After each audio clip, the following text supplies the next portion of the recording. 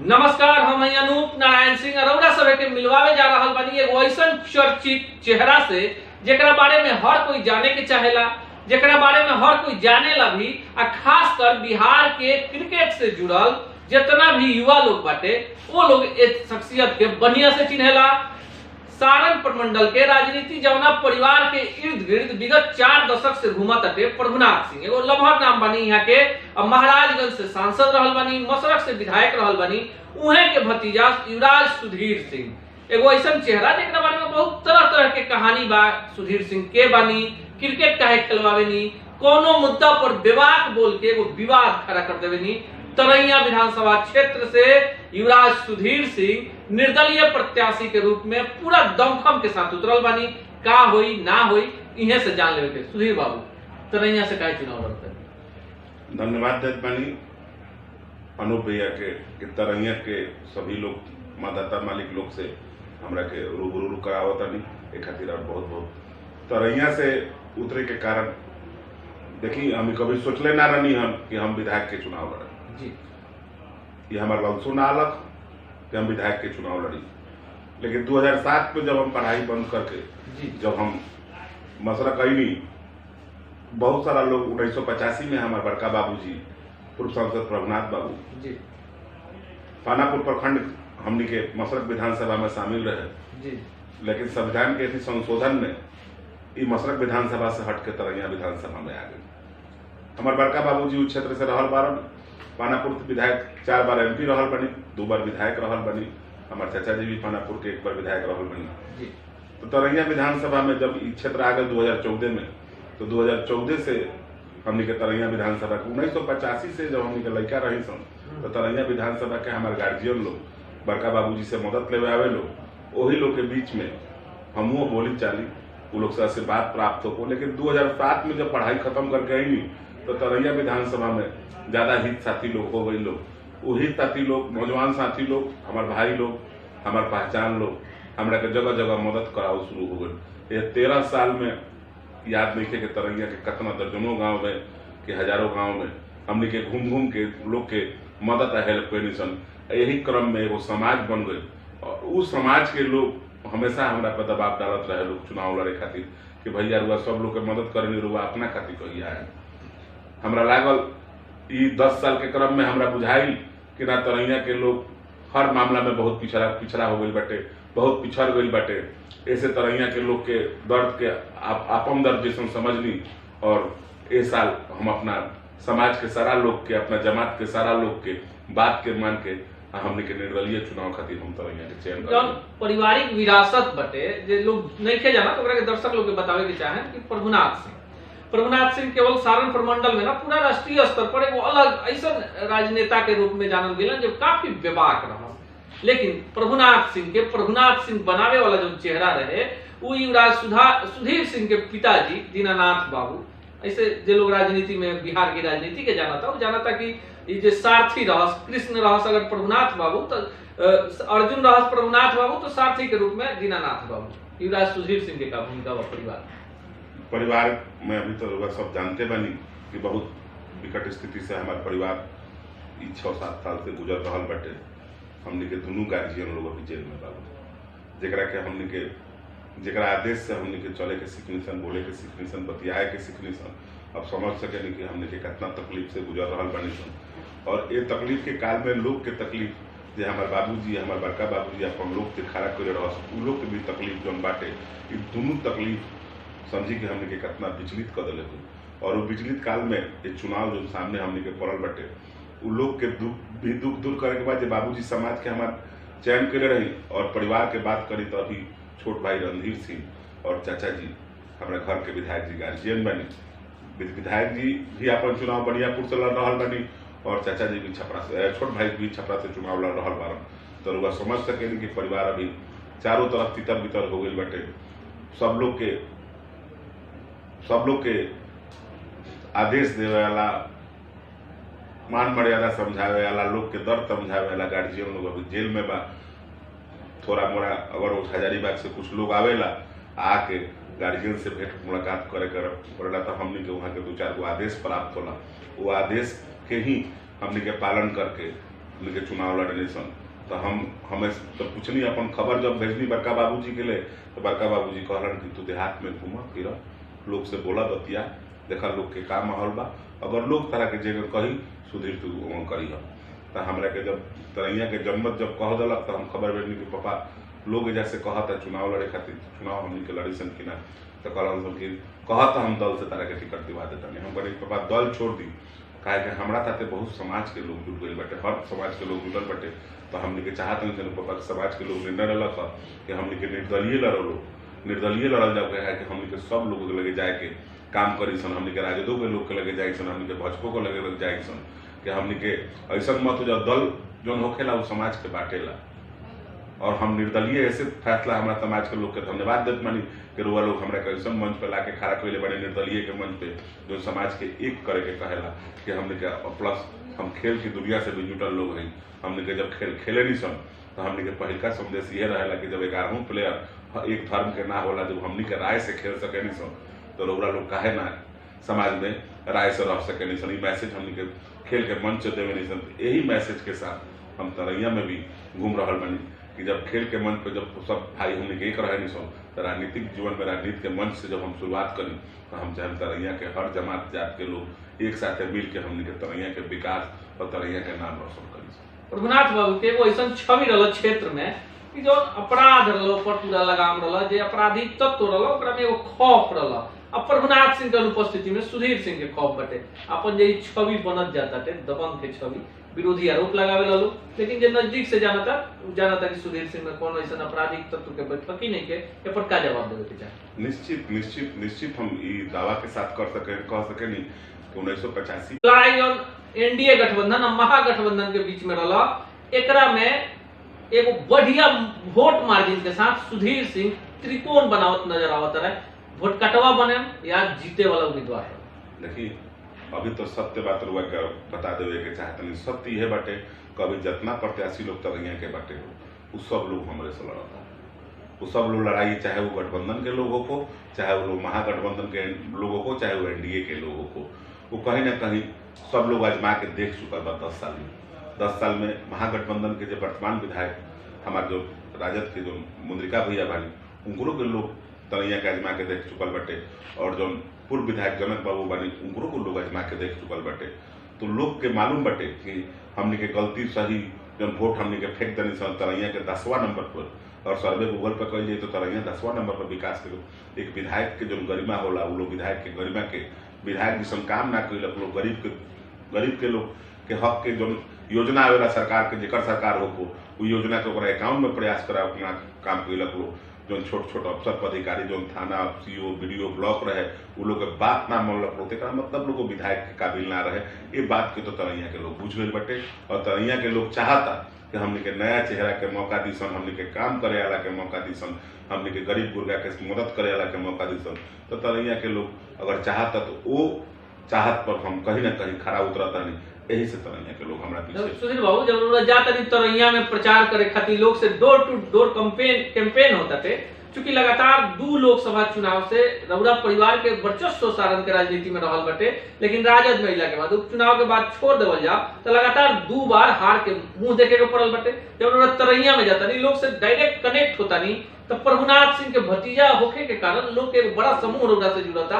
रउरा का लगा था कि प्रभुनाथ सिंह के प्रभाव आम जनता से समाप्त हो गई बा, या लोग अभी भी रउरा साथे रउरा परिवार के साथे कनेक्ट बा?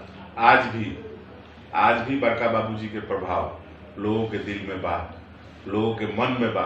हमारा बड़का बाबूजी के हर काम के लोग याद करेला, ऐसा बात ना होकेला कि लोग हमरा के बड़का बाबूजी के हमरा प्रभाव के भुला गई बटे। 70 साल के उम्र में जौन वहाँ तरैया के पानापुर के मसरक के सारण के हर कोना के जो लड़ाई लड़ल बनी, हमरा पूरा विश्वास बा कि जनता प्रभुनाथ बाबू के कभी ना भुला पाई। और प्रभुनाथ बाबू के ही नाम पे हम भी तरैया में जाता नहीं, बड़ बुजुर्ग से वोट मांगता नहीं। नौजवान लोग के बीच में जरूर हम चर्चा में रहल बानी, लेकिन बड़ बुजुर्ग जो बाटे हमारे गार्जियन सामान्य तुल्य लोग जो तरैया विधानसभा के बाटे वो हमारा बड़का बाबूजी के ही साथी जी यहाँ लोग कि जे हमरा के मान पे प्रतिष्ठा दे रहल बाटे। जरा विरोधी वालों तरैया में लोग सीधा रोकबा कि सुधीर सिंह जाता रहे तो खुलेआम पैसा बांटता रहे, इनका साथ एगो ऐसा तबका गइल बा कि डर के मारे दूसर प्रत्याशी क्षेत्रों में घूमे से डराता लोग। कितना सच्चाई बाटे? देखिए सत्य पूछी तो जे हमारे विरोधी जे हमारा आरोप लगा रहा बा लोग, उ लोग चुनाव के दूर पहले पैसा बांटेला लोग, उ लोग के मन में स्वार्थ रहेला, उ लोग के मन में रहेला कि पैसा बांट के हम विधायक बन के चल जाए। अगर हम पैसा अगर बटले भी बानी तो बाढ़ काल में बटले बानी, गरीबी हालत में बटले बानी, जब लोग 10-10 रुपये खातिर तरस गई बाटे तो सुधीर सिंह के पैकेट में 100 रुपये बाटे, अगर हम दिए दिले बानी तो हम कौन गुनाह कैले बानी? हमरा देवे के चाहिए वो पैसा। हम तो जब विरोधी जो हमारा आरोप लगा होता तो रो लोग से हाथ जोड़ के निहोरा बाटे कि वो पैसा के रो लोग गरीब के मदद करे लोग। वो चुनाव के दू रात पहले बाटला का छोड़ के आज जो बाहर आई लख जो प्रकृति का प्रति घटना जो हो रहा बा में उमे जाके लोग के मदद करी लोग। अगर वैसा मदद अगर हम कर बनी तो हम निश्चित बाटे कि हम गुनाहगार बनी। चुनाव के समय आ गई बाटे तो चुनाव तुरंत होके वाला बा, कभी भी घोषणा हो सकता। जब तक साक्षात्कार जो दर्शक लोग देखता हो सकता तब तक चुनाव के घोषणा हो जाओ और हमने अब दूसरा वे में चल जाओ लड़ाई। सुधीर बाबू, जब रउरा चुनाव में जाए तो एक तरफ नीतीश कुमार आके गरजी हैं, दूसरा तरफ तेजस्वी यादव आके गरजी हैं, सुधीर सिंह अकेले अभिमन्यु की तरफ, कैसे चक्रव्यूह के भेद है? देखी वो पुरान महाभारत रहे कि जब मैं अभिमन्यु के फंस गई, ये आज के कल युग है। हमारा पूरा विश्वास बा तरैया के जनता पे, तरैया के भरोसा में कि ये अभिमन्यु के इस बार चक्रव्यूह के सब भेद सीखे के सिखा दिले बा लोग। हम वो परिवार से गुजरे नहीं कि सारा चक्रव्यूह के हमने के भेद कैले बड़े। हमारे गार्जियन जो बाटे हमरा के सब भेद सब परिपक्व करके तरैया के लोग के बीच में उतरले बाटे। हमारा पूरा विश्वास बा कि अभिमन्यु के अपनी बार तरैया के जनता जरूर जीत के सेहरा पढ़ाई। और नीतीश कुमार जी हमारे गार्जियन हैं, तेजस्वी जी छोटे भाई हैं, वो लोग का काम है कि अपने पार्टी का प्रचार करना। तो निश्चित है कि पार्टी के अगर प्रचार करने आएंगे, नहीं प्रचार करने आएंगे, नहीं कुछ कहेंगे तो निश्चित है उन लोगों का अंत हो जाएगा। तो उन लोगों का काम कहना है, वो लोग अपने प्रत्याशी के लिए वोट मांगने आएंगे, लेकिन मैं तो अपना कर्म करूंगा, मैं निश्चित अपना कर्म करूंगा। मैं अपने बात लोगों से कहूंगा। मैं उस लेवल का तो नेता नहीं हूँ, लेकिन मैं छोटा लेवल बनकर तरैया के लोगों को दुख सुख में रहना चाहता हूँ। मैं बहुत बड़ा लेवल तक नहीं जाना चाहता हूँ कि उस लेवल पर मैं चला जाऊँ तो जहाँ पर मैं तरैया के लोग को देख ही नहीं पाऊँ, तरैया के लोग को नजरअंदाज कर दूँ। तो मुझे तो तरैया के लोगों से मतलब है, तरैया के लोगों के सुख दुख से मतलब है कि मैं तरैया के लिए ही रहूँ और तरैया के लिए ही जीऊँ। अगर तरैया के लोग मुझे ताकत अगर देते हैं तो देश स्तर, विदेश स्तर, राज्य स्तर पर नाम फ्यूचर में किया जाएगा। अभी तरैया की जनता की जरूरत है, तरैया के लोगों का दुख सुख दूर करना जरूरत है। सुधीर बाबू, अब चूंकि चुनाव है, बहुत सारे अभिनेता हैं जो चुनाव लड़ने आ रहे हैं, बहुत सारे उद्योगपति हैं चुनाव लड़ने आ रहे हैं, लेकिन क्रिकेट की बात करते हैं। जब बिहार क्रिकेट एसोसिएशन BCA को बिहार में मान्यता नहीं थी, बिहार के क्रिकेटरों को दूसरे प्रदेशों में IPL जैसे बड़े टूर्नामेंटों में इसलिए मौका नहीं मिलता था कि BCA या राज्य स्तर पर कोई कमिटी नहीं थी। आपने यहाँ पर मसरख जैसे छोटे से प्रखंड मुख्यालय में आपने क्रिकेट टूर्नामेंट शुरू किया। क्रिकेट टूर्नामेंट के बाद बहुत सारे ऐसे प्लेयर यहाँ से निकले जिन्होंने जाकर नेशनल लेवल रणजी ट्रॉफी खेला। कितना खुशी होता है, और आपको लगता है कि चुनाव में वो लोग आपके प्रचार के लिए आएंगे? मुझे पूरा विश्वास है अपने खेल और अपने खिलाड़ियों से कि जब मैं इस परिवार में 2007 में आया था तो मेरे हित साथी जो थे वो हमेशा इस बात की चर्चा करते थे कि सुधीर भाई, राजनीति की दुनिया में एक बार आ जाना तो आपके बड़े पिताजी से ज्यादा कोई नाम नहीं कमा सकता है। जी सुधीर भाई, हम लोग ये किया जाए। सुधीर भाई, तो मेरे कुछ दोस्त थे, बड़े भाई थे कि जिन्होंने मुझे इस खेल के मंच पर उतारा और खेल की दुनिया में पहली बार क्रिकेट को ही लेकर हम लोग उतरे। और क्रिकेट जो था बिहार में बिल्कुल मर चुका था। जी, बिहार के जो प्लेयर जो थे वो कलकत्ता और झारखंड में बड़े बड़े क्लब में, जिनके पास पैसा था, जिनके पिताजी के पास पैसा था, वो अपने बच्चों को कलकत्ता और झारखंड जैसे बड़े बड़े क्लब, लेकिन जो किसान के बेटे थे, जो आम नागरिक थे, जो गरीब के बेटे थे, शायद उनका बैट और बल्ला छीन लिया गया था। ये कहीं ना कहीं बिहार BCI की कमी थी। अब्दुल बारी सिद्दीकी के टाइम में, अजय नारायण सिंह के टाइम में, आदित्य सर के टाइम में ये लोग बिहार क्रिकेट को खा गए। 15 साल तक उन नौजवानों का हक छीन लिया गया। तो मैंने तो बस टेनिस क्रिकेट से उन क्रिकेटरों को जो पुराने क्रिकेटर थे, मैंने तो मान सम्मान दिया कि उनके मन में एक जो स्पोर्ट्समैन होता है उसके ब्लड में स्पोर्ट्स होता है, तो उसको कहीं ना कहीं लगता था कि मेरा हक दबा दिया गया है। तो मैंने एक मंच तैयार किया, एक छोटा सा मंच तैयार किया जिसका नाम था YPL। और YPL के मंच से लगभग 8 टर्म यह मैच हुआ है। यह जो YPL जब शुरू हुआ तो पहले एक रिनॉल्ड्स का पेन और एक शिल्ड धरा कर लोग सम्मानित कर दिया करते थे। तो मैंने आकर सिर्फ इसमें यही कहा कि यह गरीब के बच्चे जब खेल रहे थे तो बड़े बड़े जो राज्य स्तर और देश स्तर के क्रिकेटर हैं, वो करोड़ों रुपए कमाते जी। हैं, तो क्यों नहीं छोटे लड़कों को, जो छोटे गरीब तबके के लड़के हैं जो अच्छा खेल रहे हैं, उनको भी 2-4-5 रुपये आना चाहिए। तो मैंने वही प्रयास किया था। तो आज मुझे पूरा उम्मीद है कि वह क्रिकेटर जो अच्छा क्रिकेट खेलता है, यूपी, बनारस, सिवान, गोपालगंज, छपरा, बहुत सारे ऐसे लड़के हैं जो रणजी ट्रॉफी खेल के, जैसे प्रशांत सिंह राजपूत, सोनू सिंह, मनीष गिरी, साकिबुल हुसैन, काफ़ी ऐसे मेरे दोस्त हैं कि जो रणजी खेल कर चले आए, और मुझे खुशी होती है। और एक बात तो मैं दावे के साथ तो कह सकता हूँ कि दुनिया भले इधर से उधर हो जाए, लेकिन वह क्रिकेटर मेरा साथ नहीं छोड़ सकते हैं। और वो लोग भी अपने स्तर से सुधीर भैया के लिए वोट मांग रहे हैं, क्योंकि वो लोग जानते हैं कि 13 साल हर मंच पर सुधीर भैया ने चढ़कर हम लोग का हौसला बढ़ाया है। तो निश्चित है कि इस बड़े भाई की अगर तरैया चुनाव शुरुआत की है, तो वो जहाँ से भी हैं, चाहे जिस जगह से हैं, उसी जगह से सुधीर भैया के लिए मतदान की अपील निश्चित कर रहे हैं। हर वर्ग के लोग हैं, हर जमात के लोग हैं इस खेल के दुनिया में।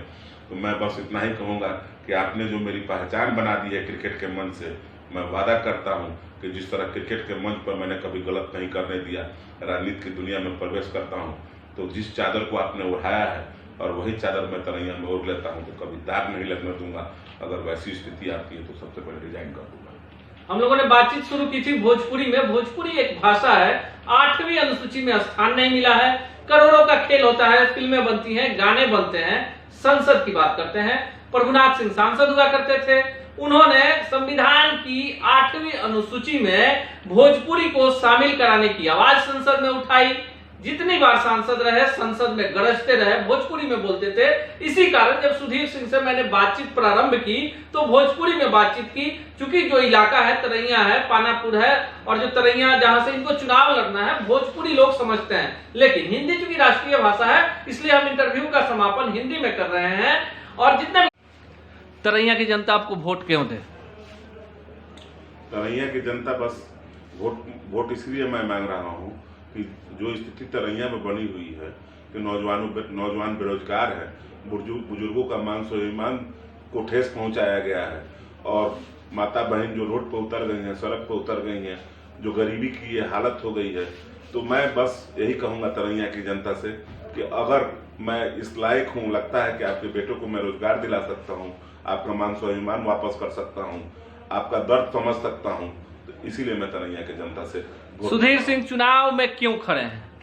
चुनाव मैं इसलिए लड़ना चाहता हूं कि तरैया के लोगों का दुख दर्द समझूं और तरैया की आवाज बनूं और तरैया का बेटा बन के मैं सेवा करूं कि न कि विधायक बन के सेवा। प्रभुनाथ सिंह होने का क्या मायने है एक भतीजे के रूप में, आप क्या सोचते हैं? निश्चित है कि बड़े बुजुर्गों के, जो मेरे बड़े पिताजी पूर्व सांसद प्रभुनाथ बाबू जब उनका सेवा किए हैं, तो निश्चित है कि बड़े पिताजी के इन लोगों के बीच में जाकर उनसे मैं आशीर्वाद प्राप्त कर रहा हूँ। ये सबसे बड़ी बात है।